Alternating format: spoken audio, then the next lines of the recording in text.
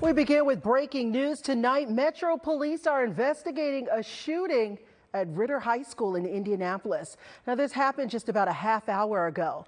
Marina Silva just arrived at the scene. Marina, what can you tell us so far?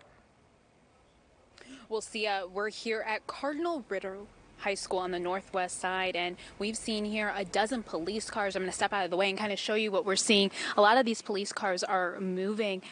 We do know, according to IMPD, that they did find 2 people here with gunshot wounds. They have not came to give us a condition update on those 2 people. But one of the things we do want to mention is were a lot of what looked like to be teenagers here. They were all just on this blacktop, hanging out, talking to each other. Police were talking to them. Now, a lot of them have seemed to have left with their parents for right now. A lot of them, they did seem to be visibly shaken up, as if they didn't realize what just happened. So again, I want to recap. We are here at Cardinal Ritter High School. Police have been called here for 2 people shot. We've seen IMPD cars and Marion County Sheriff's Office cars here. A lot of police here working to figure out what happened. We are waiting to get an update from IMPD, and we'll bring that to you as soon as we get it. Reporting live in Indianapolis, Marina Silva, 13 News. Be safe. Thank you, Marina. We'll check in and see if there are any updates. Thanks so much for watching and staying with us at 13 News at 11. I'm Sia Nyorkor in tonight for Jenny Ridovich. It's been a violent Saturday here in Indianapolis. Earlier today, a man died in a shooting on the southeast side. Now neighbors are concerned for their safety. Our Marina Silva spoke with people at the scene this afternoon and discusses what neighbors say led up to the shooting. A beautiful Saturday afternoon, mowing the grass, riding bikes, visiting with each other, all disrupted by gunshots. I don't know. It made me feel so bad, like I still feel shaky. Alma Reyes lives near 12th and Tibbs. She heard the screams and the gunshots. I was just laying down, and I got scared. Then I heard a gut-wrenching scream. So we all came outside, and we saw this woman. She was screaming. She says her dad saw 2 people arguing across the street just before the gunshots. He saw a red truck. Like, they were just talking, like the 2 guys. And I guess they got into a confrontation. IMPD says they were responding to the shots fired call. When they were notified someone had been shot, Sergeant William Young says when they got here, they found a man shot. Officers tried to help the man until paramedics arrived. Unfortunately, when IEMS or Indianapolis Emergency Medical Services arrived, that victim was unfortunately pronounced deceased here at the scene. Our IMPD homicide investigators, they've arrived. Southwest District Officers are canvassing this particular area. Reyes says police are always coming to this area because of crime, from arguments to robberies to even shootings. She says, while it does scare her, this is home. I feel fear because, like, whenever there's arguments, shots could be, like, directed somewhere else, and then, like, people just walking around can get shot. Like my dad, he's always outside. The Reyes family has called 12th and Tibbs home for a decade. My dad loves to live here, so I think that was never an option. Instead, they just keep to themselves and stay safe, hoping the violence goes away. Reporting in Indianapolis, Marina Silva, 13 News. Police have not made an arrest just yet. They do not have anyone in custody. Now, detectives were walking around the area looking to talk to people who may have seen something. If you did, you were asked to contact IMPD or Crime Stoppers at 262-TIPS. It's mostly clear out there across central Indiana, not a cloud in the sky close to Indy.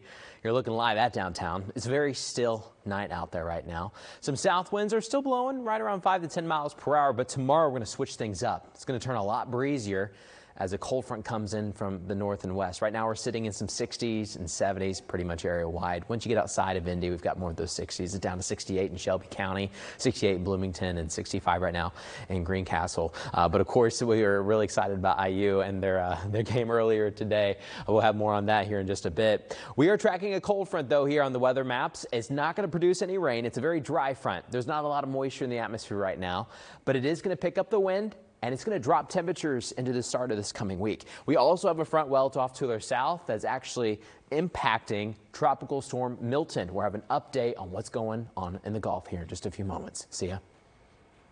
All right, thank you, Matt. Indiana University football is now 6-0 for the first time since 1967. The number 23 Hoosiers beat Northwestern today, 41-24. The Hoosiers are the nation's third-ranked scoring offense. They put up over 500 yards today. Quarterback Curtis Rourke threw for 380 yards and 3 touchdowns. Today, they topped 40 points for the 5th time this season. We'll learn tomorrow if that performance helps the Hoosiers rise in the polls. IU has a bye week next week before hosting Nebraska for homecoming October 19th. The Colts are in Jacksonville this weekend, taking on the Jaguars tomorrow, but they'll be without some key players. According to the latest injury report, quarterback Anthony Richardson and center Ryan Kelly are both listed as doubtful for tomorrow's game. Cornerback Samuel Womack III is listed as questionable due to an illness, and Kenny Moore III, Kwity Paye, and Jonathan Taylor are all ruled out. Dominic Miranda is on the road with the Colts this weekend. He'll have highlights from tomorrow's game on 13 News at 6. The streets of downtown Indy got a little spooky tonight for the annual Colts for the Boo Halloween party at Lucas Oil Stadium.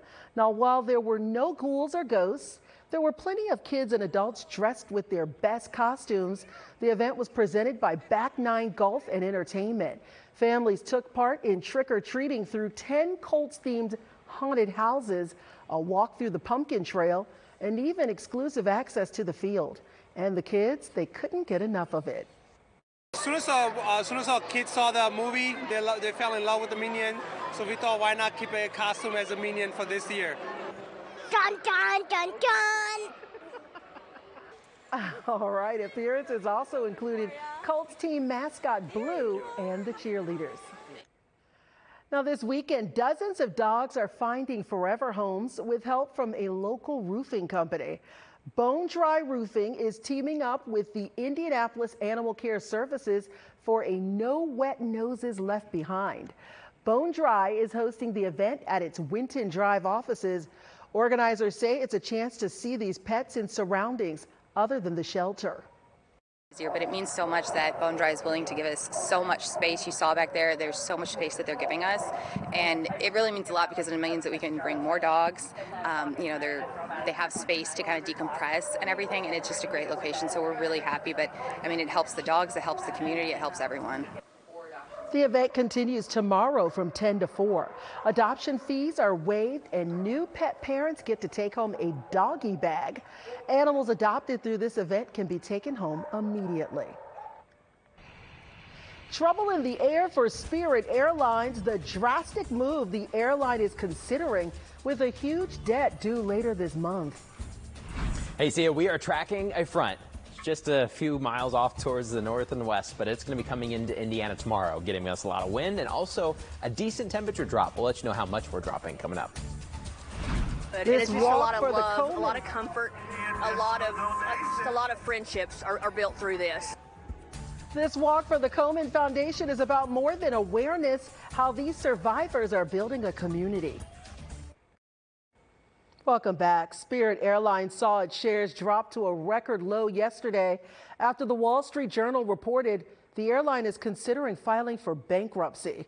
A spokesperson declined to comment on the Journal's report. The ultra-low-cost airline must refinance more than $1 billion in debt by later this month. Earlier this year, a federal judge blocked a merger between Spirit and JetBlue Airways, claiming it would stifle competition.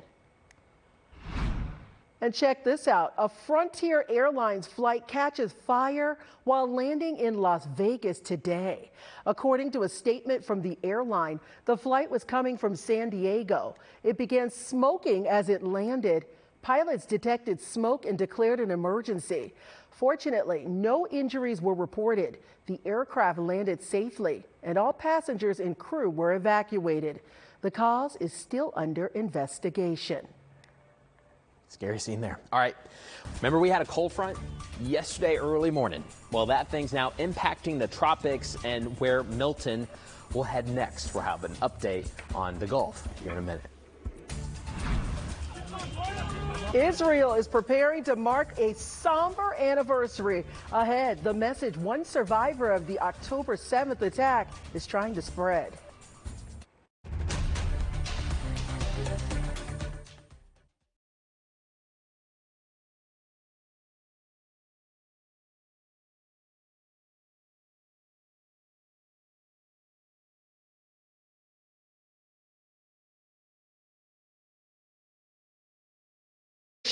They say the other victim is stable. We'll stay on top of this tonight and have the latest details on 13 Sunrise starting at 6 a.m.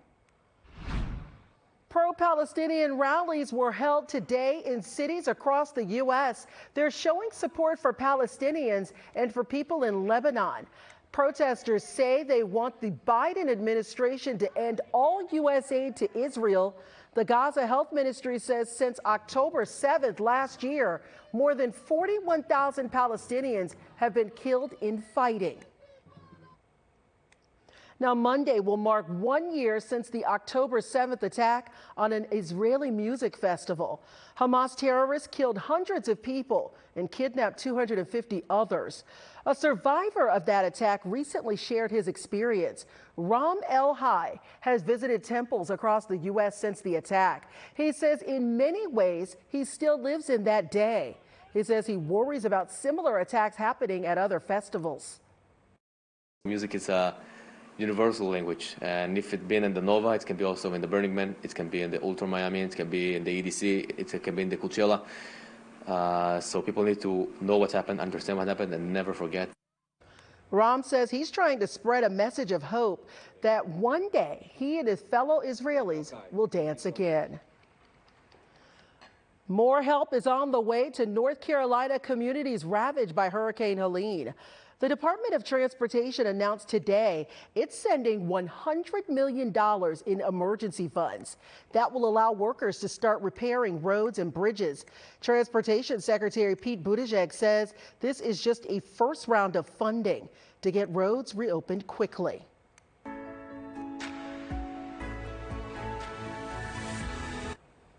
This morning, thousands took over Military Park for this year's Susan G. Komen More Than Pink Walk. Our Anna Chalker shows us how survivors and their families came together to raise awareness. But ladies, we all have a story. A story shared by thousands of women. All of you remember you get that phone call that kind of rocks your world. Who were all diagnosed with breast cancer. It's just a sisterhood, and it's just a lot of love, a lot of comfort, a lot of friendships are built through this, and it's a wonderful community. Saturday, survivors and their families joined for the Susan G. Komen More Than Pink Walk. While this event raises thousands of dollars for research, it's more about celebrating and honoring these women. Be able to survive, because some people didn't make it, but we did. And it's a great feeling. And also in this sea of pink are Scott Swan's wife, Janae, who is a 3-year survivor. And that January, I just got a different prognosis. While these women may feel alone at times, they've got an army walking behind them. They see that it's more than just them that are going through this, and we're helping them every step of the way with Komen. Steps so many are taking to end breast cancer. And we have a sense of hope and a sense that we can do anything when we are bringing each other together. In Indianapolis, Anna Chalker, 13 News. And it was a gorgeous day for a walk. Perfect fall day. Couldn't beat it. Sunshine, warmth, yes, all the good things. During that walk, we crossed into the 70s, and then we stayed mostly in the 70s throughout the day. Yeah. A couple 80s here and there. We've got clear skies right now. I want to give an update on the northern lights. See, we're tracking this solar flare that's trying to head towards us. I got some bad news, though. No! I know that it's kind of just skimming the Earth. So our geomagnetic level has dropped a little bit. We're now down to about a G2. You put G2 kind of storm warning.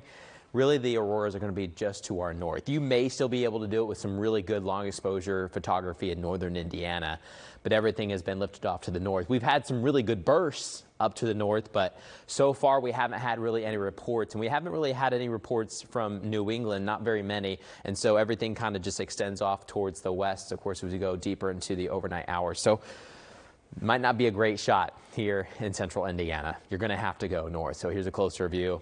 Could be possible up towards South Bend, towards Michiana, but things are kind of failing here on the geomagnetic storm front. So that's bad news. We don't like that. But let's talk about our weather here at home. If you go too far north to see them, you run into clouds. So kind of catch-22 there.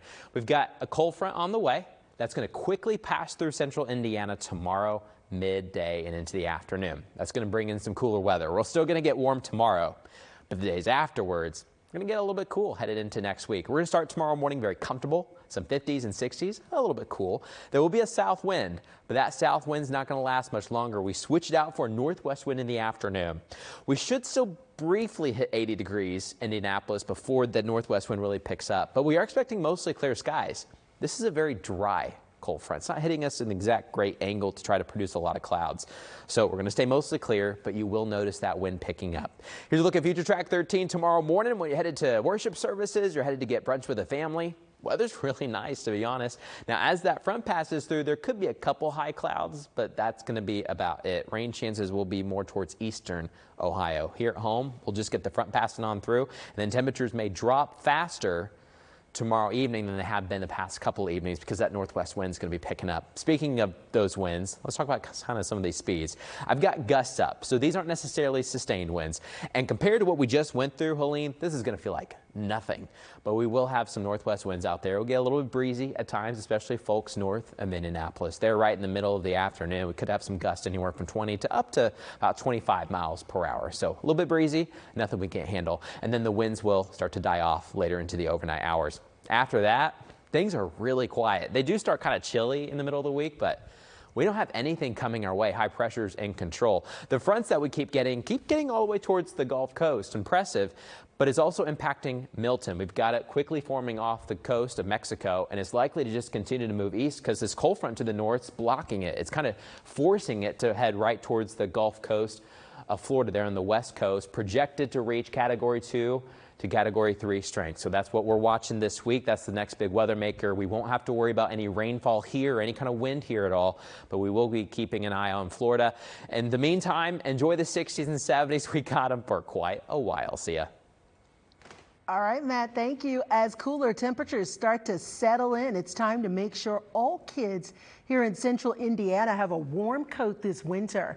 We've teamed up with the Salvation Army for the annual Coats for Kids drive. From now until October 19th, you can drop off any new or gently used coat at any Classic Cleaners location. You can also donate online. Just head to WTHR.com/coats for details. If your child needs a coat, there's also info on how you can sign up. Still ahead, it's a celebration of everything plaid. How Platter Day is also a celebration of individual style. A princess? Shut up! Shut up! The Princess Diaries franchise is The Princess Diaries franchise is finally growing. Anne Hathaway posted this video on social media yesterday, confirming a third installment. Hathaway will once again play Mia Thermopolis, queen of the fictional Genovia. There's no word yet if Julie Andrews will be joining Hathaway to play Mia's grandmother. Friday marked Platter Day, the worldwide celebration of plaid. Each first Friday of October, the world comes together connected by a common thread, plaid. So for the second year in a row, folks in Houghton, Michigan gathered for a community photo. Hundreds from all over showed up, decked out in plaid, some head to toe. Organizers say it's a unique way for families to celebrate something fun. It's that it's not like one color, you know, like you can adjust it to be a different color. Like it can be red, it can be blue. Like with other colors, you just have to have a red. It's just red. The entire weekend of events coordinated around the plaid. Organizers say about 925 people showed up for that photo. That was so much fun. All right, let's get one last check of the weather. Good times tomorrow? Yeah, great weather tomorrow. A little bit windy. We may have to issue a plaid warning Monday morning because we're going to start in the 40s Monday morning and Tuesday morning. It'll be a little chilly, but then we go back to just room temperature weather. The weather's really nice, Sia. Lots of sunshine this week, 60s and 70s. Okay, we'll take it. Yeah. Thanks so much for watching 13 News. Sunday Sunrise starts at 6 a.m. See you back in the morning.